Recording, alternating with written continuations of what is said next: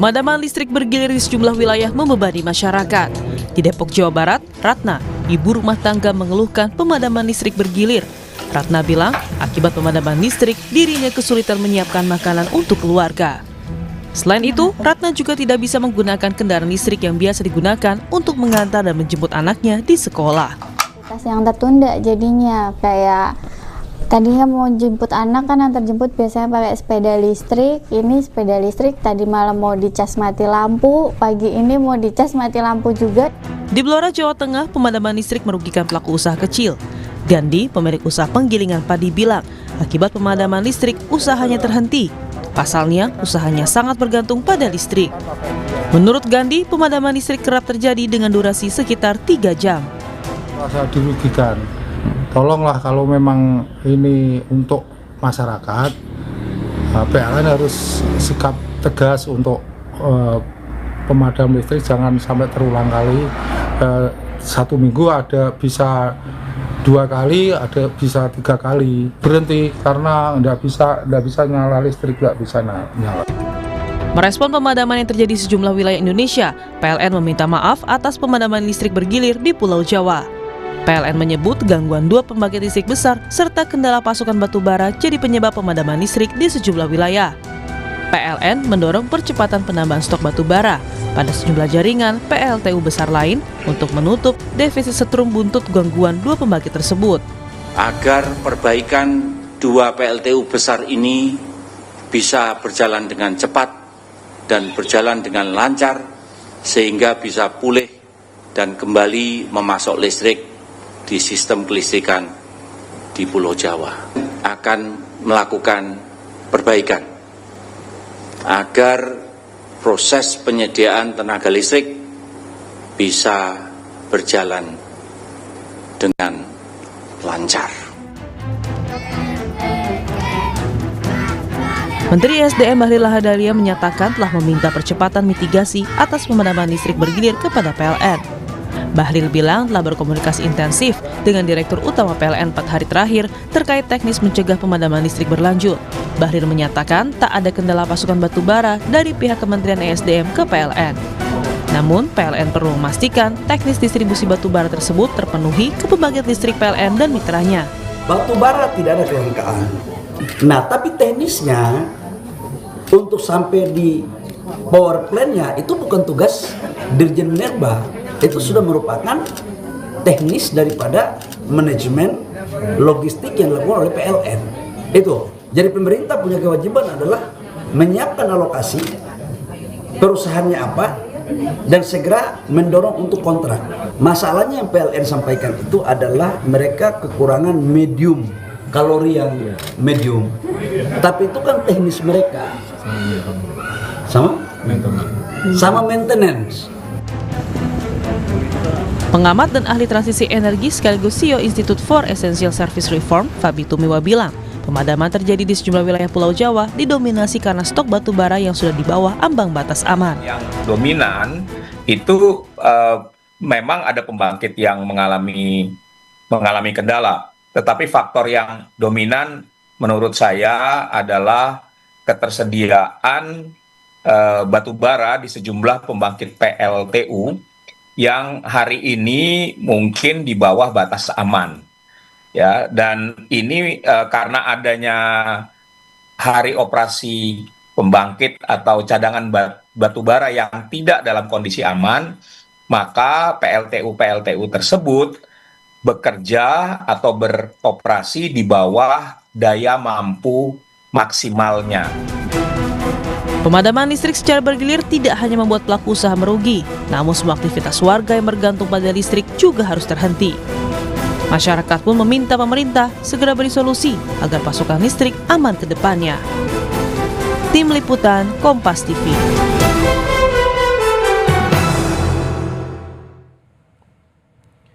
Pemadaman listrik di sejumlah wilayah tidak hanya merugikan pelaku usaha, namun juga aktivitas warga yang terhenti. Lalu apa sebenarnya penyebab dari pemadaman listrik bergilir di sejumlah wilayah di Indonesia jika Menteri ESDM Bahlil Lahadalia bilang stok batu bara aman dan telah memitigasi pemadaman listrik dengan PLN? Apa kemudian solusi terbaiknya?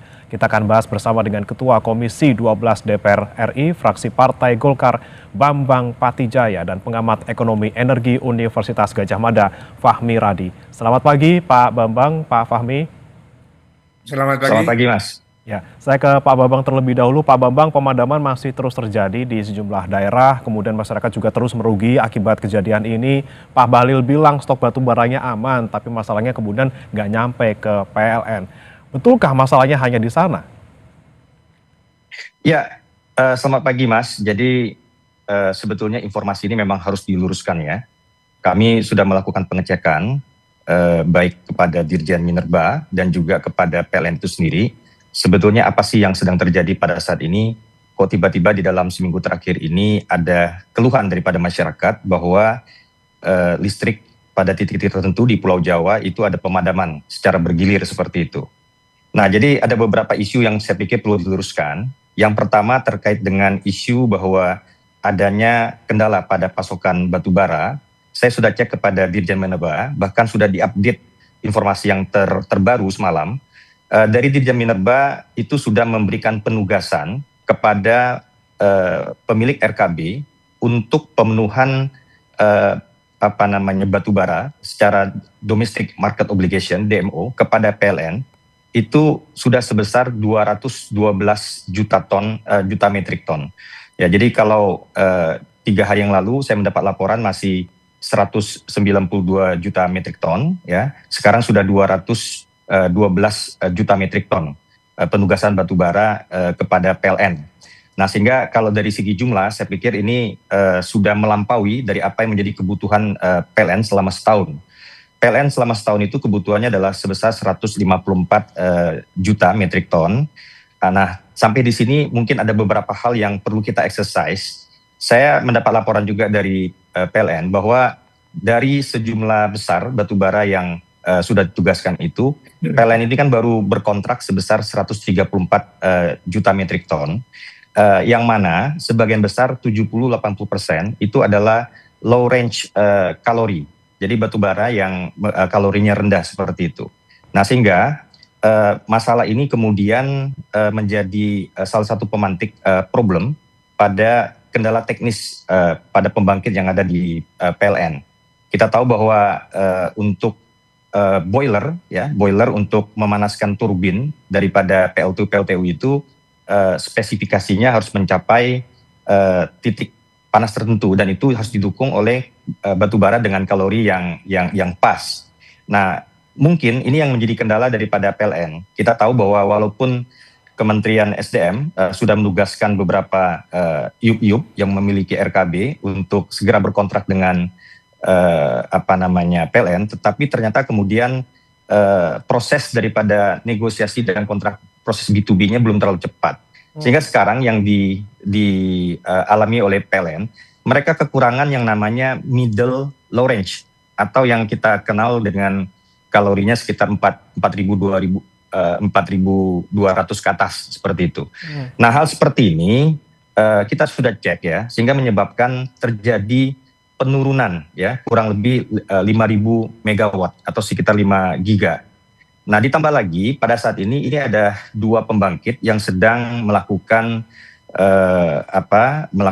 servis ya di Cilacap dan Marubeni. Ini kurang lebih sekitar 2.600 mega 2.600 mega atau 2,6 giga. Jadi memang situasi ini menyebabkan daya mampu daripada PLN itu menurun. Nah, sekarang kita berharap apa sih yang bisa dilakukan untuk cepat menangani masalah ini. Sebetulnya dari Kementerian SDM, terkhusus Dirjen Minerba, sudah melakukan beberapa hal yang saya pikir sudah bagus. Ya, jadi terkait dengan kendala-kendala yang dimiliki oleh PLN terhadap pemenuhan middle range kalori, ya, itu Dirjen melakukan intervensi. Nah, ini misalnya saya dilaporkan oleh beliau, kepada Adaro itu ada sekitar 180.000 ton, PTBA 130.000 ton, KPC 50.000 ton, kemudian ITM Group itu 150.000 ton, batu bara middle range kalori. Nah, tujuannya apa? Ini adalah untuk di blending dengan batu bara yang low range kalori tadi, sehingga kemudian ini bisa menjadi bahan bakar untuk PLTU tersebut.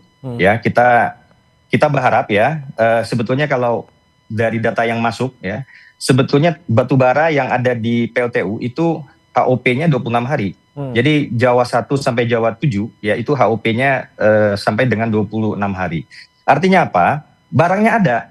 Nah, cuman mungkin untuk meningkatkan nilai kalori daripada batu baranya perlu campuran dengan medium range kalori. Nah, ini kita mendapat laporan bahwa intervensi yang dilakukan oleh Kementerian SDM atas petunjuk Pak Bahlil ya, Dirjen Minerba ini sudah mengalihkan beberapa kargo yang harusnya itu tujuan ekspor ya, kemudian itu dikirim ke Jawa 1 sampai Jawa 7.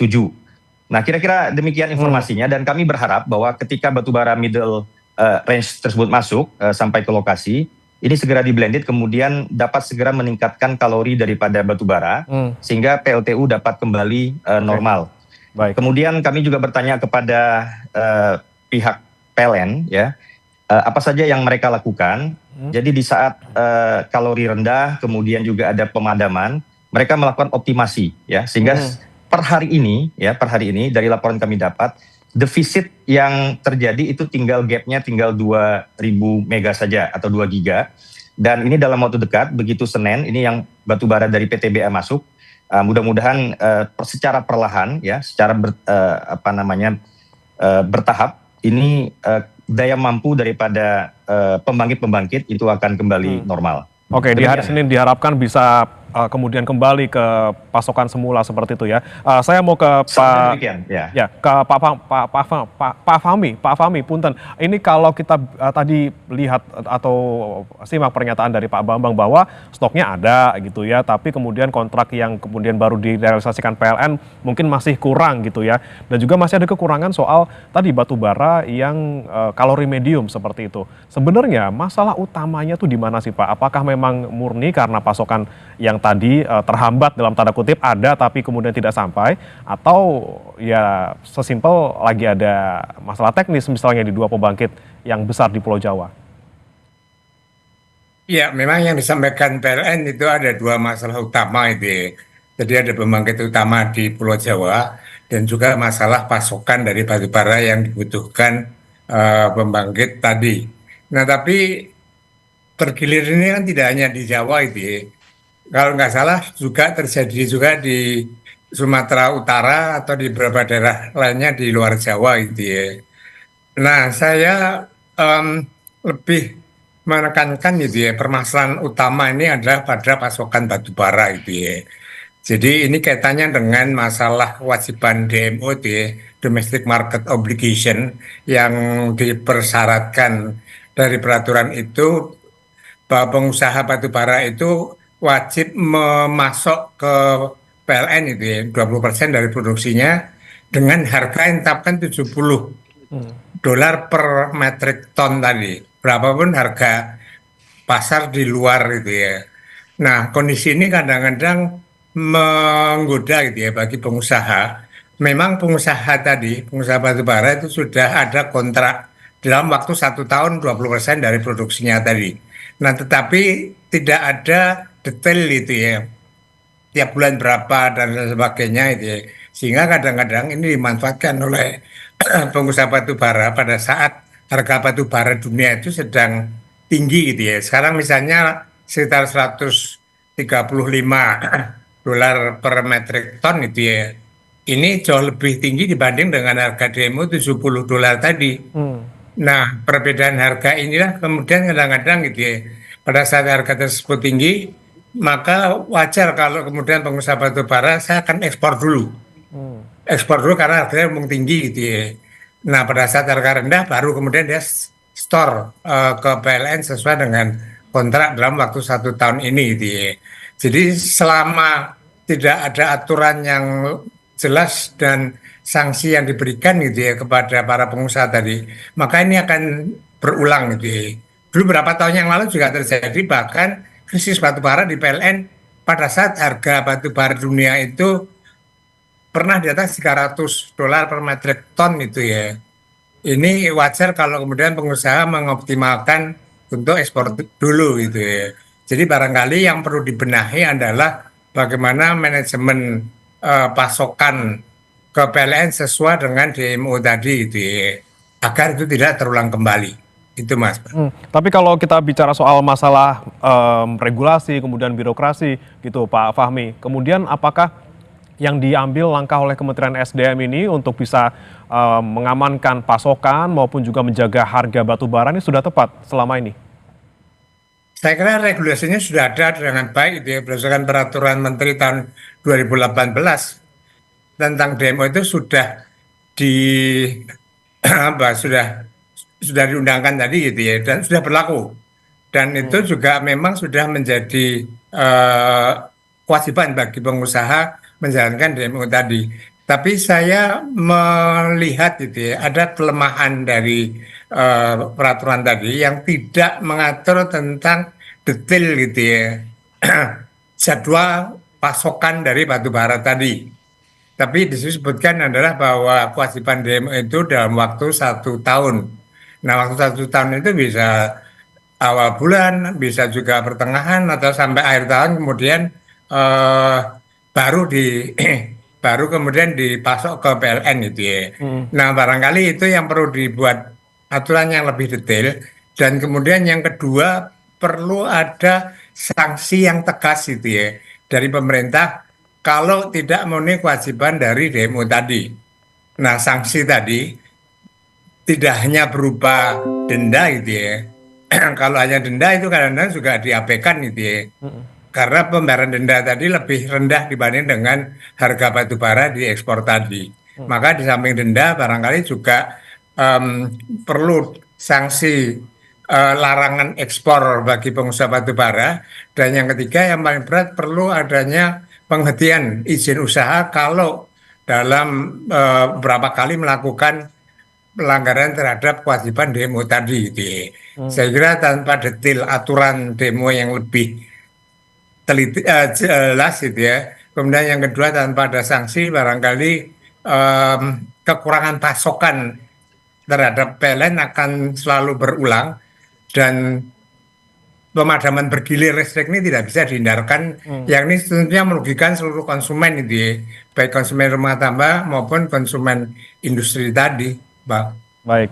Pak Bambang, kalau menurut Anda memang apakah memang ada masalah juga di kepatuhan dari pengusaha tambang batu bara ini yang kemudian mengutamakan untuk menjual keluar karena harganya lebih tinggi dibandingkan harus memenuhi DMO tadi sehingga pasokan kita jadi berkurang dan imbasnya seperti ini?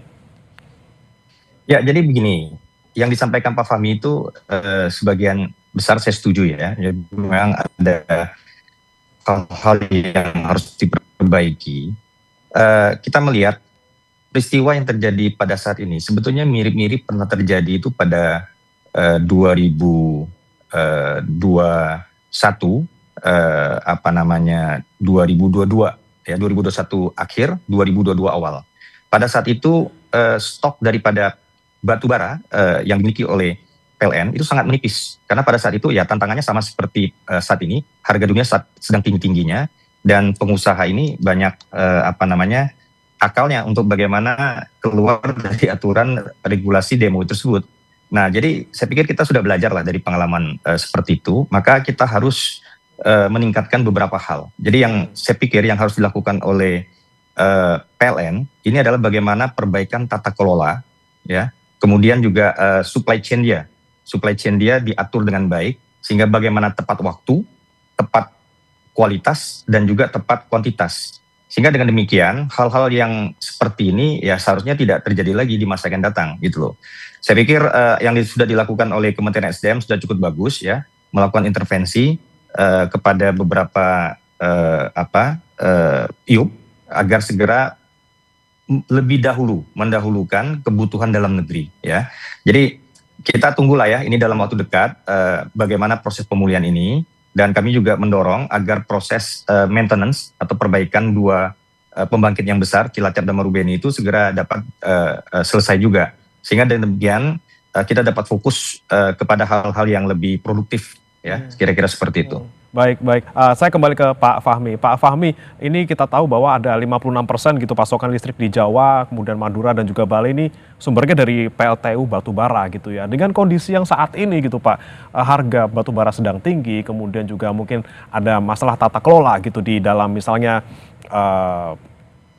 pendistribusian batubara maupun misalnya perjanjian kontrak dengan pengusaha batubara.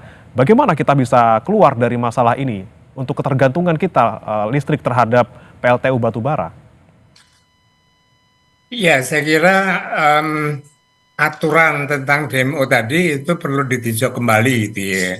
Yang pertama yang perlu ditinjau di aturan tadi itu terkait dengan masalah kewajiban DMO tadi gitu ya, sebanyak 20% tadi. Nah, kemudian di situ pemerintah dalam hal ini Kementerian SDM itu benar-benar melakukan monitoring, punya monitoring sistem tadi, bahwa para pengusaha batu bara tadi itu memenuhi 20% dari usahanya tadi. Nah, ini yang bisa melakukan intervensi itu ya pemerintah. Kalau PLN itu sebagai pelaksana gitu ya, ya barangkali terkait dengan masa tata kelola itu saya kira sesungguhnya sudah cukup bagus itu ya. Tapi kepatuhan dari pengusaha dalam memenuhi kewajiban DMO itu PLN tidak begitu bisa berbuat banyak itu ya. Ini perlu intervensi pemerintah tadi yang memperbaiki dari aturan tadi. Kemudian yang kedua tidak cukup hanya menghimbau gitu ya, tetapi perlu ada sanksi yang tegas dari pemerintah. Lagi-lagi dari pemerintah gitu ya, kalau pengusaha tadi tidak memenuhi kewajiban DMO tadi gitu ya. Nah, tanpa ada perubahan aturan tentang detail gitu ya, tentang detail kapan pasokan tadi berapa yang harus dipasok, ini juga harus dipenuhi gitu ya.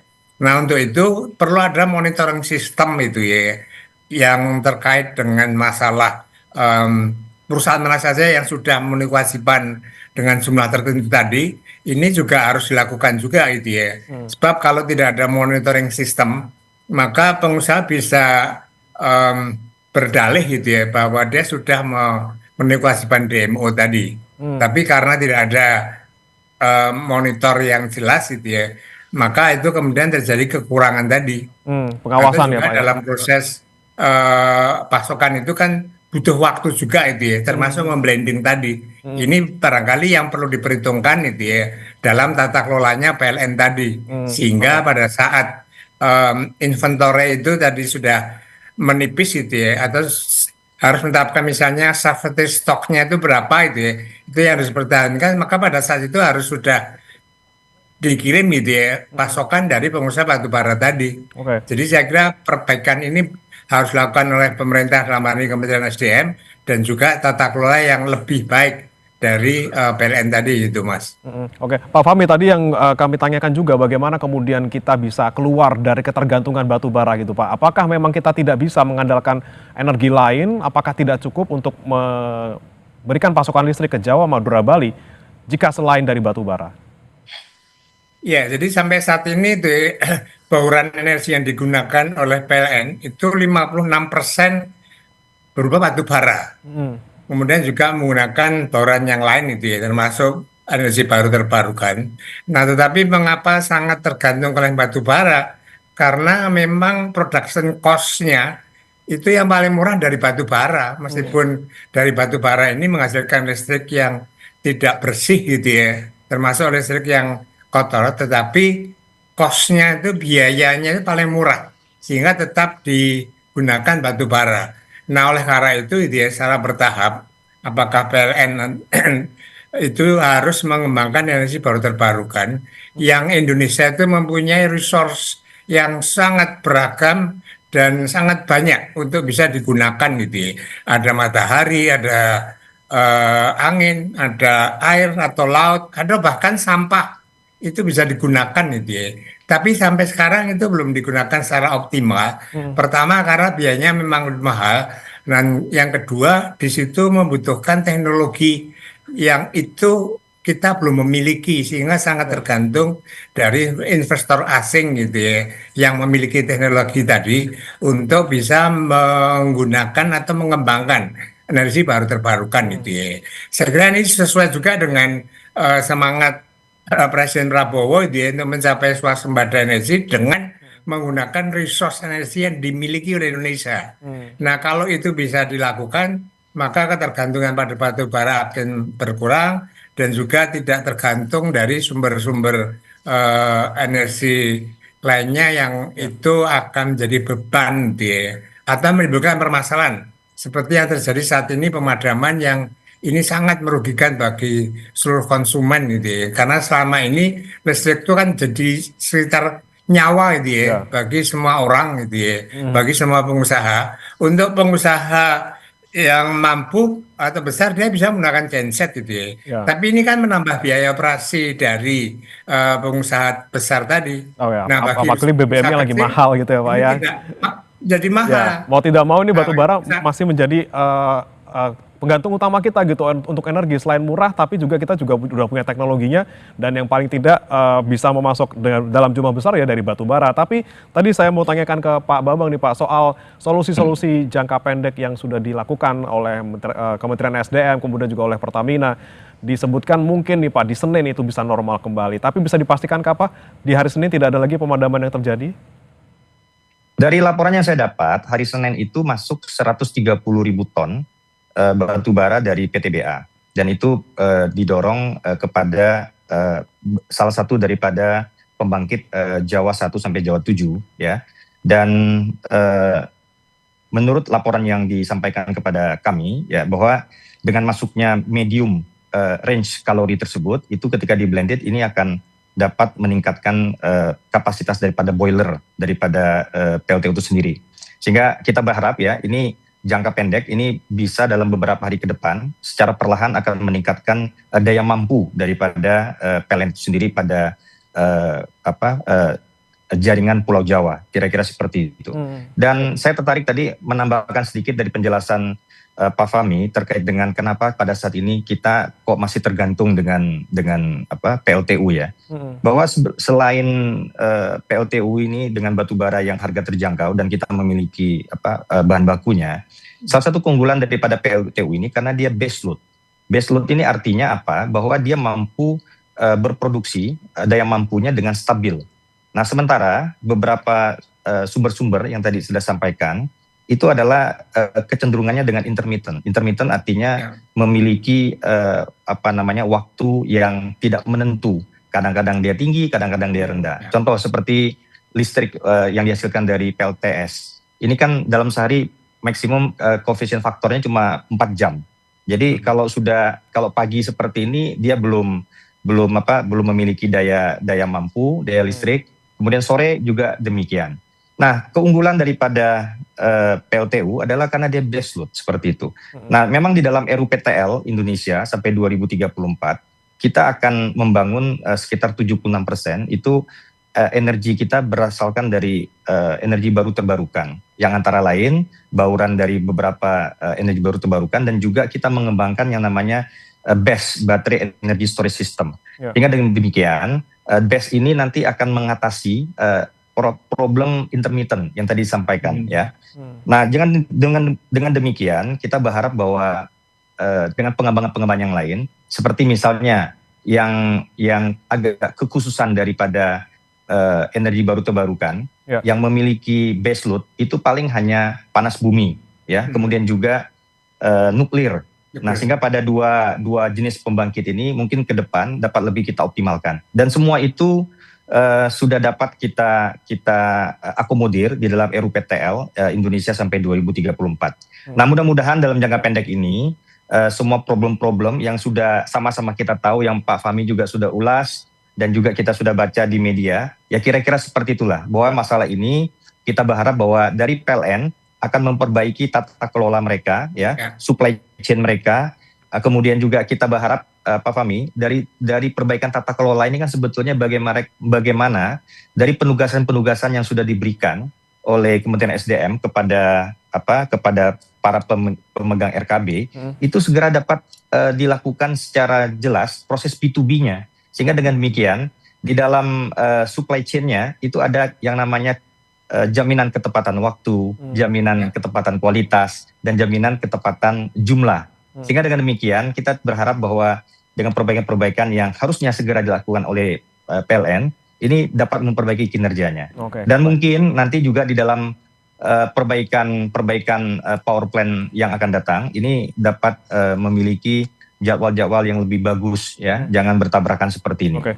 Kira-kira demikian, Mas. Pak Bambang, singkat saja terakhir Pak, soal ini masyarakat kan mendapatkan dampaknya gitu tadi, kerugian baik dari pengusaha, kemudian UMKM, bahkan rumah tangga itu merugi karena ada pemadaman ini. Apa yang bisa Anda dorong ke pemerintah paling tidak, ataupun misalnya pemerintah ke PLN gitu, bagaimana bisa memberikan kompensasi kepada masyarakat maupun paling tidak kasih tahu lah kalau ada pemadaman bergilir biar mereka bisa siap-siap seperti itu. Nah, memang saya pikir yang diperlukan sekarang ini kan keterbukaan informasi yang lebih cepat dan lebih jelas yang dapat disampaikan kepada masyarakat. Memang terkait dengan ekses pemadaman ini kan beberapa masyarakat melaporkan beberapa keluhan-keluhan. Sehingga dengan demikian kami berharap bahwa ke depan PLN dapat lebih komunikatif dan lebih transparan di dalam menyampaikan kepada masyarakat terkait dengan problem-problem yang mereka atasi.